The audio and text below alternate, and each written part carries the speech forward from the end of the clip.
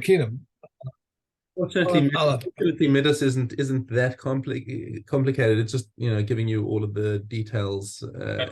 It's nothing. It's just lots of stuff. Go on. Hey, A Aleph. bird kata. A bird akatas No, over no, below. no, no, no, no, no, no, no. Middos is mine. Kinnim is mine. We're in Middos. Are you starting the Middos now? Yeah, starting with Middos. Okay, Hey, go ahead. Okay, here we go. We are on base Aleph. No, Hey Aleph. about. Let's start with Hey Aleph. Oh, you're going, all right. I always start with the beginning one all the time. Okay. Hey Aleph. The entire court was 187 amos in length by 135 in width.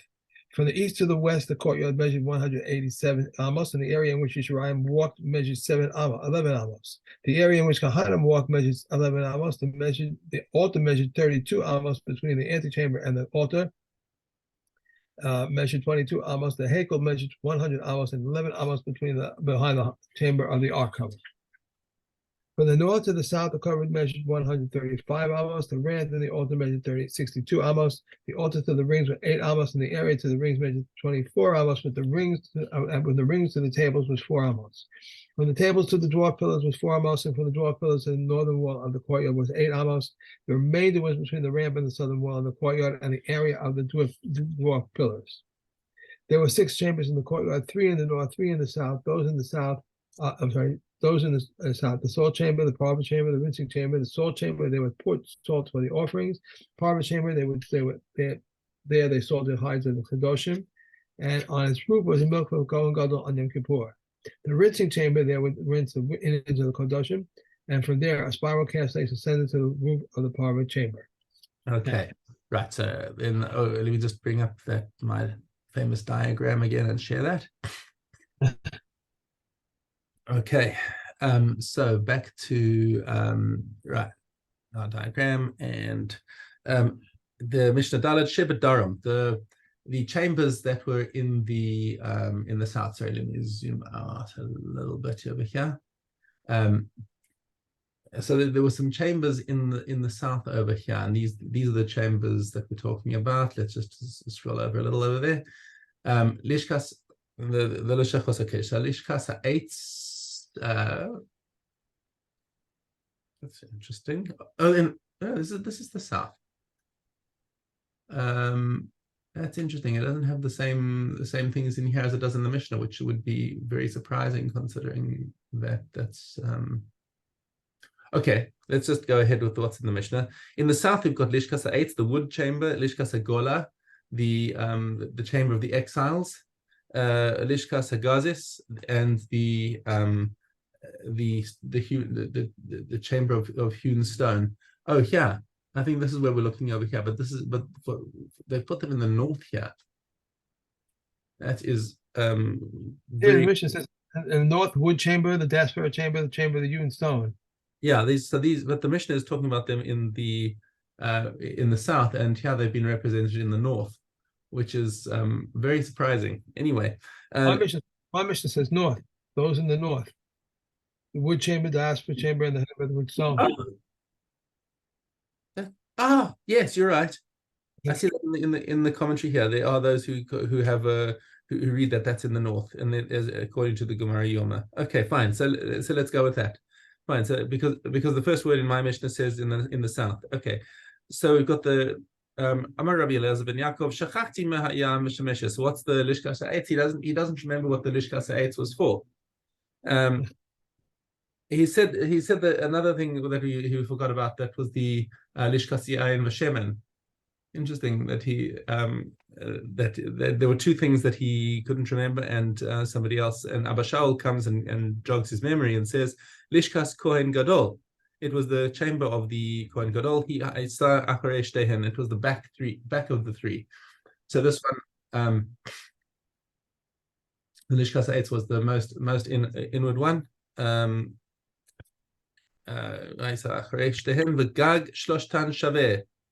And they shared one flat roof, and so the roof itself was used for something.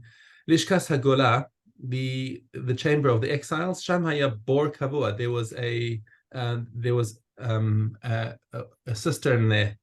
Galgal nasun alav, and there was a water wheel. Misham maspikim maim l'chol azara. So they used to use water from there for just the mundane needs. We're not talking about from the kior. The kior is used for washing the kohen's hands and things like that. But this is for mundane needs of water in the azara.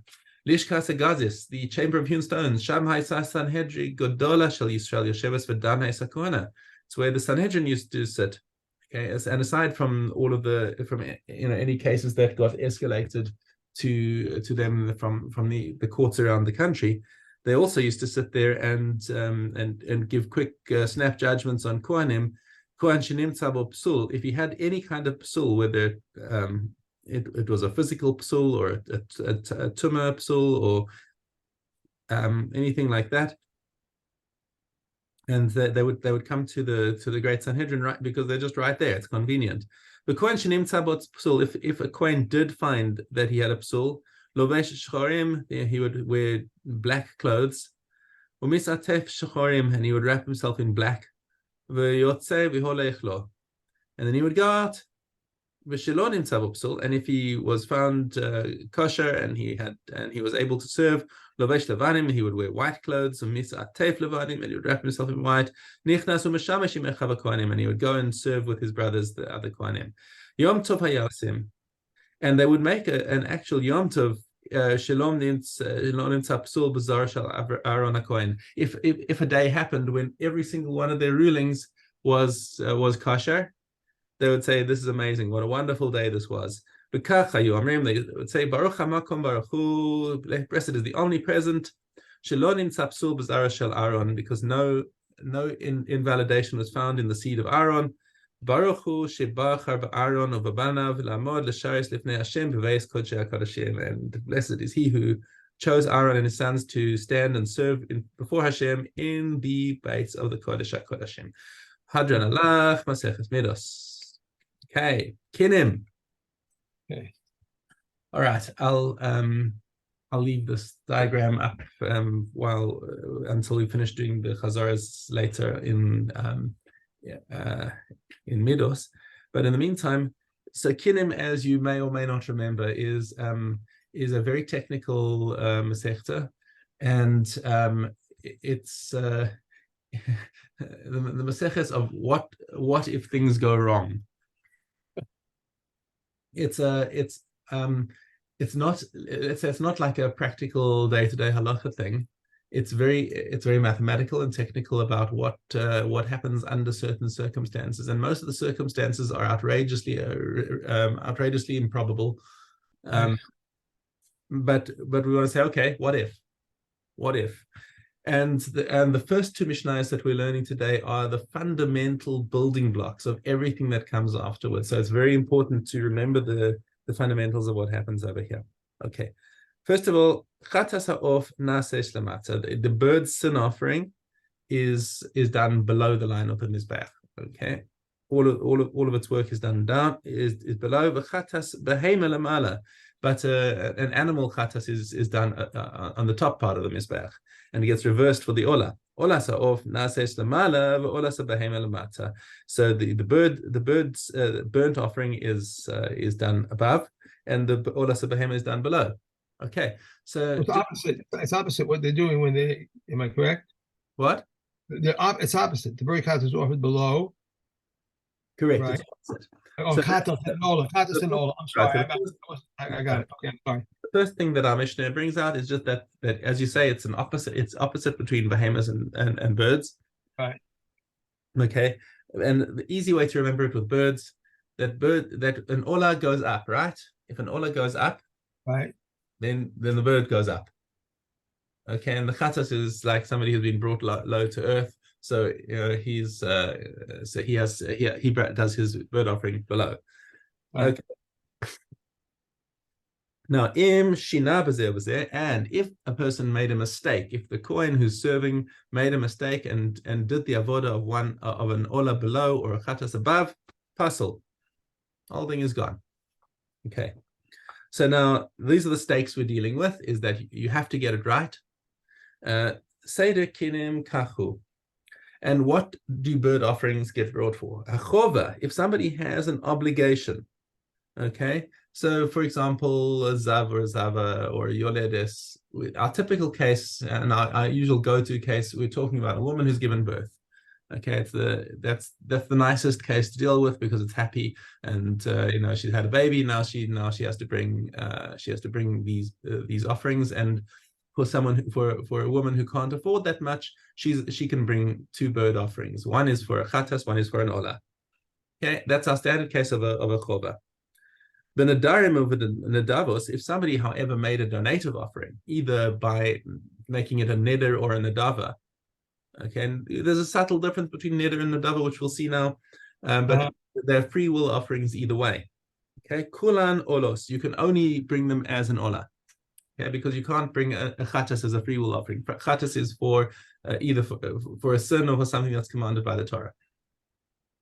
Ezehu neder. So what's a neder? Homer hare alai ola. If it says it's my I take it on myself to bring an ola. And if he says nadava, homer hare zo ola. If he points at the animal or the bird and says this is an ola. Okay. Ma bein nadarim and nadavas, and what is the practical difference between a neder and a nadava? Elash and nadarim meisu oniknavu. If the animal, the bird, died or was stolen, you have responsibility to replace it because you say a lie. It's my responsibility, so that he's taken responsibility. And he said, okay, this is an ola. Okay, so it got away. So the ola has escaped into the world, and there's nothing else that we can do with it, and he has no further responsibility. Okay, so now Mishna base. Chatas, starting with the first building block of when things go wrong. You have a bird chatas, shenis arva ba'ola, and it got confused with a bird ola. So they had been designated. Now you knew that one was a chatas and one was an ola, but now they somehow got mixed up, and we don't know which bird is which. Okay. Or the other way around. I don't know what's the difference if it's just talking about one anyway.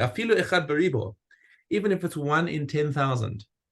So one bird. So let's say you've got a one cage of all birds that have been designated as a chatas, and one ola bird gets into there. They're all gone. Yamusu kulam.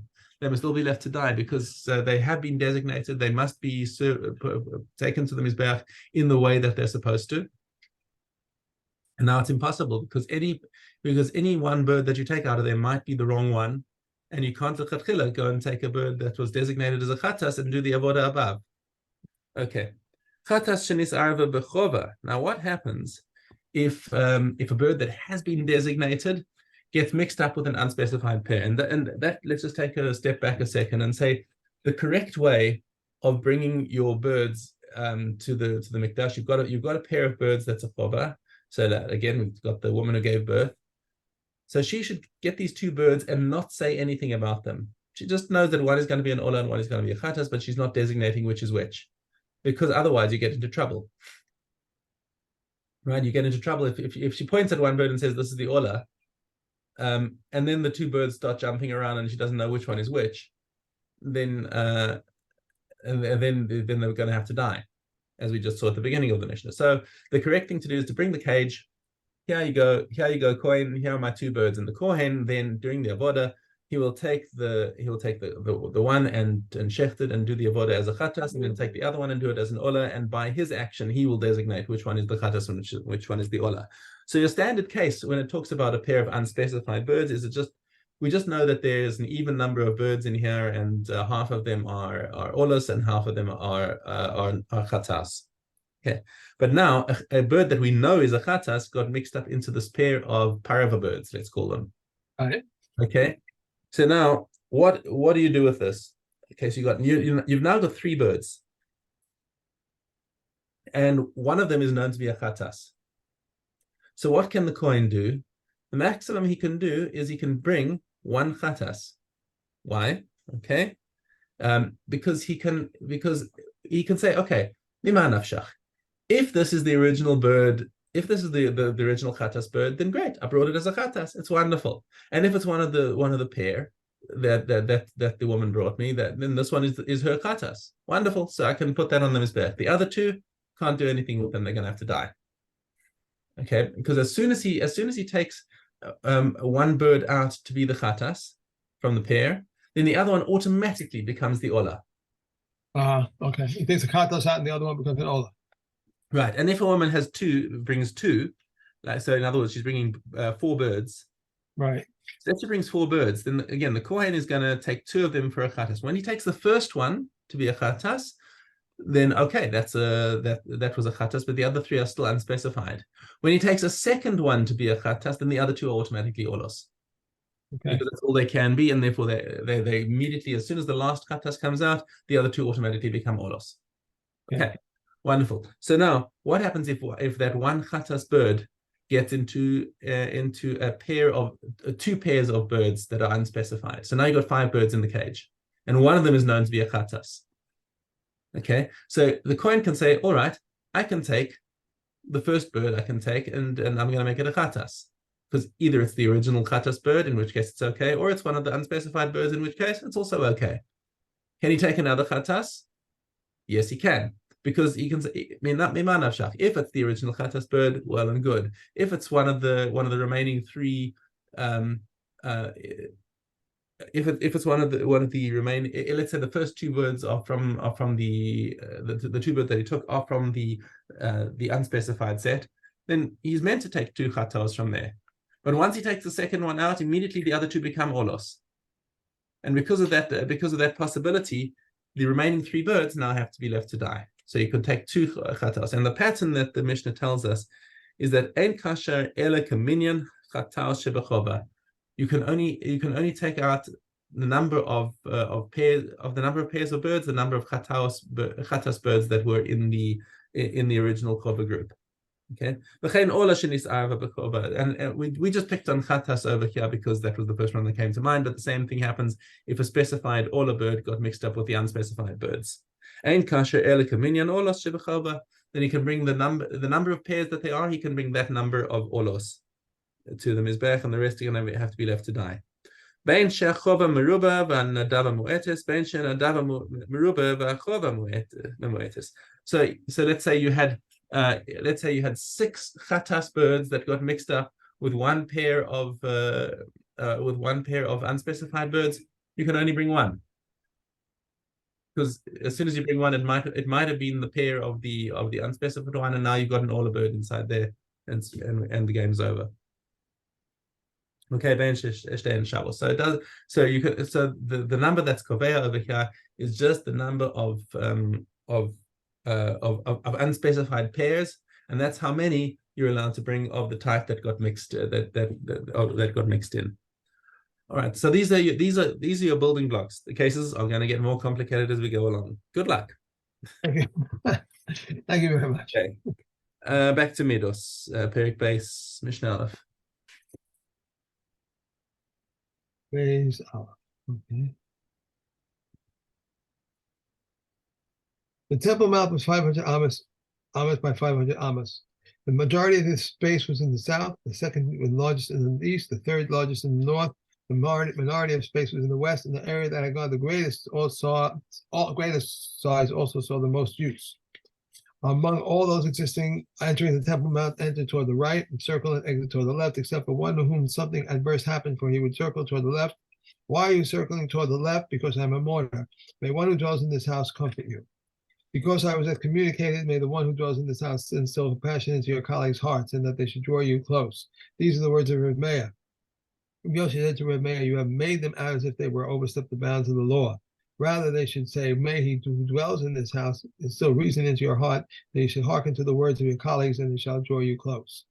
Inside of the Temple Mount wall, there was a sorry, and 10 handbreadth high, and there were 13 breaches in it. The breach by the Greek kings, the Jews once again fenced in those breaches and decreed 13 prostrations corresponding to them. Inside the korog were the kale, 10 amos long, excuse me, and there were 12 stops there. the height of each step half an amma, and its tread half an amma. All the steps that were in the temple, the height of each step was half an amma, and its tread was half an amma, except for those of the antechamber. All the entryways and gateways that were there, the height was 20 amos, and the width was 10 amos, except for that of the antechamber. All the entryways that were there had doors, except for that of the antechamber. And all the gateways that were there had lintels, except for the tiny gate.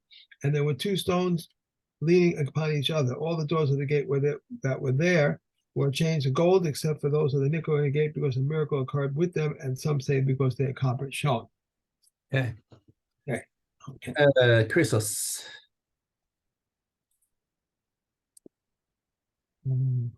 Okay. Olive. If one brings an ashlam to thee and then discovers that he has not sinned, if he has not yet been slaughtered, it may go forth and gaze at the flock. These are the words of Ramea. The comments say, however, it must graze until it's developed a blemish, and then it is sold, and the proceeds deposited for a voluntary offering. If Eliezer says it must be sacrificed for, and if not brought for this sin, it may be brought for another sin.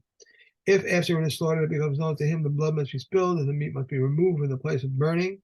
But if the blood had already been thrown, the meat may be eaten. But Yoshi says, even if the blood is still in a vessel, it may be thrown, and the meat may be eaten. And Ashim Vadai is unlike this. If he had not yet been slaughtered, he may go forth and graze with the flock. If it had been already slaughtered, it must be buried. And if the blood had been thrown, the meat must be removed in the place of burning. An ox which is to be stoned is unlike this. If it had not yet been stoned, it may go forth and graze with the herd. If it had already been stoned, it is permissible to derive benefits from it.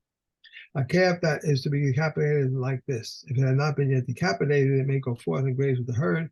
After the calf has been decapitated, it must be buried at its site, for it originally came to atone for a doubtful situation. Once it has been atoned for its doubt, this purpose has been fulfilled.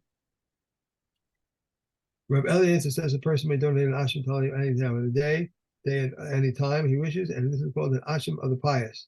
It is said concerning Rabbi Ben Buti that he would donate an asham every day, except one day after Yom Kippur. He said, by this temple, where they were to permit me, I would bring it, but they would tell me, wait until you come into the doubt. And the sages say, we may not bring an asham today, except for something which, if intentional, bears the penalty of karas, and if unintentional, the penalty is katos. Okay. We are on to Menachos. Yud Zion. I take upon myself to bring a total offering or shlomin offering to bring a lamb. I specify from cattle, but I do not know where I specify. No, we're on Ches. If he said, I take upon myself to bring an ox, he must bring it and its libation offering for a mana.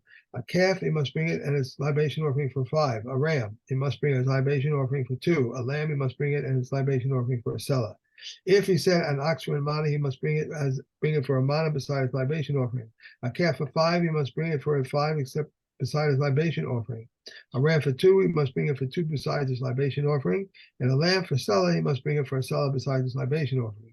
If he said an ox for a mana and he brought 2 for a mana, he has not fulfilled his obligation, even if each is for a mana for dinner, and black, and he brought it back a white one, or white, and he brought back a black, large, and he brought a small, and he has not fulfilled his obligation.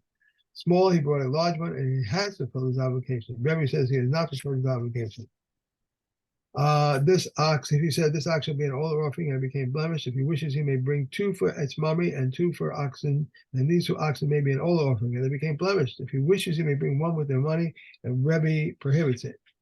This ram shall be an older offering and it became blemished. If he wishes, he may bring back a lamb with the money, and this lamb shall be an older offering, and if it became blemished, if he wishes, he may bring a ram with his money, and Rebbe prohibits it. If one said, one of my lambs shall be consecrated, one of my oxen shall be consecrated. If he had 2, the larger is consecrated. If he had 3, the middle one of them is consecrated. If he said, I specified, but I do not know which I specified, or he said, my father told me, but I do not know which, the largest of them is consecrated. Yud. If one said, I take upon myself to bring an old offering, he must burn it in the holy temple, and if he offered it in the temple of Kanio, he must not fulfill his obligation. That I shall offer it in the temple of Kanio, he shall offer it to the holy temple, but if he offered it in the temple of Kanio, he has fulfilled his obligation. Rav Shimon says this is not an old offering. If one said, I am a Nazir, he must shave in the holy temple, and if he shaves in the temple of Ahonia, he has not fulfilled his obligation. That I shall shave in the temple of Konya. He should shave in the holy temple, but if he shaves in the temple of Konya, he has fulfilled his obligation. Rav Shimon says this is not a Nazir. If the Kohanim who served in the temple of Konya may not serve in the holy temple in Yerushalayim, and certainly if they served another thing, it is stated But the Kohanim of the Bama places shall not be allowed to come to the altar of Hashem in Yerushalayim. However, they ate matzah among their brothers, and those who are like blemish, they share and eat, but do not offer. Okay. What are we going to do after Kulin. this? Kulin, okay. You know? And Baba Matzia. Okay, I'm trying to get you to shul. Okay. Thank you. Kulin Dalit.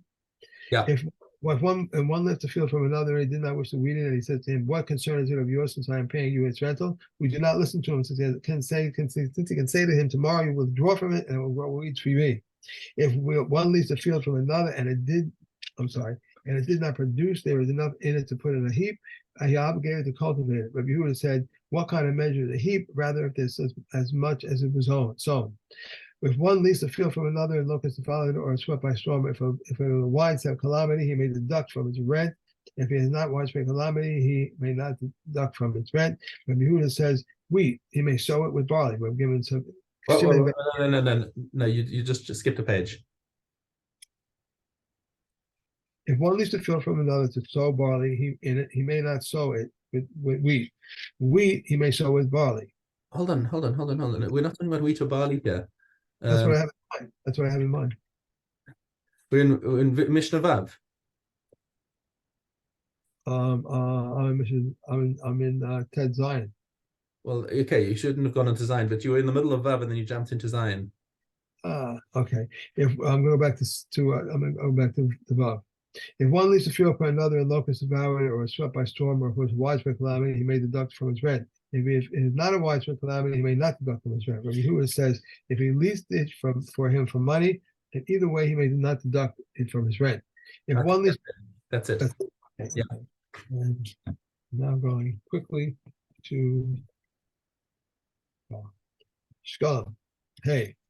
Though they have said they do not seize collateral from women, slaves, or minors, nevertheless, if they contributed a half shekel, we accept it from them. However, if a Gentile or Kinnim contributed, we do not accept it from them, nor do we accept from them burnt offerings of Zavim, Zavos, of women at childbirth, nor sin offerings and guilt offerings, but we accept vow offerings and gift offerings from them. This is the general rule, whatever may be vowed or donated, we accept from them. Whatever may not be vowed or donated, we not accept from them. And so it has been made clear by Ezra, as it said, it is not for you and for us to build a house for a God. The following are obligated to pay a carbon. Levium, Yisraelim, proselytes, and emancipated slaves, and not Kohanim, women, slaves, and minors. One who contributes for Kohen, women, slave, or minor is exempt. If one contributes for himself or his colleague, he is obligated for only one carbon, and Mermei says two. One who gives a seller and takes back the shekel may pay two carbons. One who contributes for a poor woman, his neighbor, or his family is exempt from a carbon. If he lent the half shekel to them, he is obligated to pay a carbon. Brothers who are partners, when they are obligated to pay a carbon, they are exempt from the animal tithe. But when they are obligated to give the animal tithe, they are exempt from the carbon. How much is this carbon? A silver ma. And the words of Rameh, but the sages say half a ma. Okay, that's it. That's it. And Machshirin. Okay. Above hay. These are the subcategories of water that which is from the eye, from the ear, from the nose, from the mouth, liquid, excrement, whether loose stool or urine, intentionally or unintentionally.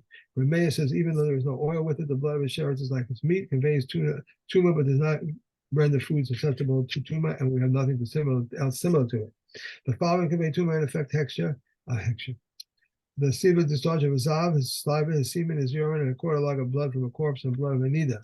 If Eliezer says semen does not affect texture, Reb Eliezer says blood of a nida does not affect texture, Reb Shimon says blood of a corpse does not affect texture, and if it falls on a gourd, he should escape it off, and the gourd is tahor. The following does not convey tumah, nor do they affect texture: sweat, pus, and infectument, and the blood that emerges with them, and the fluids of a child born on the 8th month. Reb Yosef says except for his blood, and someone who drinks the water of Tiberias, even though the excretion that emerges is clear, blood of the slaughter of a domestic animal or a non-domestic animal, and that of a fowl are not kosher. And blood of bloodletting therapeutic purposes, Reb Elazar considers that to be tummy, and Reb Shimon Elazar says milk of a male is tahor. The milk of okay, that's it. We're done. Okay. What are we doing after I'm sorry? Zavim. Okay, Zavim included. Okay. Thank you very much. Have a good day. Have a great Shabbos. Good Shabbos.